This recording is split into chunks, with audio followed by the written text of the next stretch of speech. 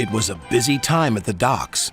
All the engines were working hard, pushing and pulling freight cars about. One morning, Percy was late. Cranky the Crane was quick to criticize.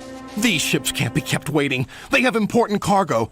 If they miss the tides, they will be delayed in the docks. You should look up to the ships and show more respect. You are, after all, only little." "We've got too much work," huffed Percy. "Then perhaps a lorry should do your job." Percy was shocked. He told the other engines what Cranky had said. "Stuff and nonsense," snorted James. "We engines run this island," said Henry. "What if a lorry does arrive?" I'm afraid it did, along with 2 more. Cranky was delighted. "Hey, you down there! Your job's done now! These lorries are taking over! One of them wants to talk to you!" The lorry was very rude. "What's that steaming lump of scrap iron doing here? Be off with you!" Scrap iron? Steaming scrap iron? Ha!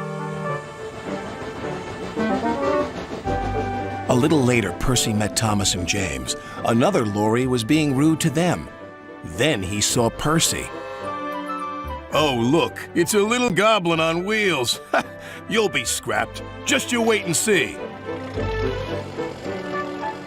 "Well, bust my boiler. What a horrid lorry," exclaimed Thomas. "Despicable," agreed James. The next engine to meet a lorry was Toby. Well, well, well. No wonder this railway's a mess. You belong in a museum, not working in a quarry. "I might look old, but I'm very useful." "Useful? Pah!" replied the lorry. "Just you tootle off." "Tootle?" spluttered Toby. "Come along, Toby," interrupted his driver. "Don't bother to argue with him. We'll go to the flour mill instead." But when they arrived at the flour mill, Toby was shocked to see yet another lorry. "What are you doing here?" "We 3 are doing your work now. You're too slow." The foreman spoke to Toby's driver. "I'm sorry. Times are a-changin', I'm afraid." "Toby might be old," replied his driver, "but he's reliable." "Come on, Toby. We'll go to the farms. They'll still use us." Toby trundled sadly away. His railway ran through a narrow gorge, but vehicles had to tackle a steep and dangerous road. When Toby arrived, he saw the lorry from the quarry again. It was loaded with rock.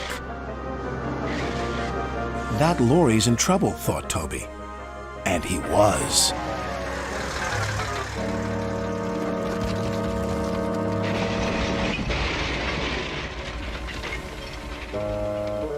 The driver was thrown clear. "Rotten roads," he muttered. The wrecked lorry was taken to the docks. Percy looked at the lorry. "What's this lump of steaming scrap iron?" he teased. "I'll be back," replied the lorry, "so you can wipe that silly smile off your smoke box." "Ha!" said Percy, and wheeshed him loudly. Then Butch, the breakdown vehicle, arrived. He was towing the lorry from the flour mill. "What happened?" asked Toby's driver.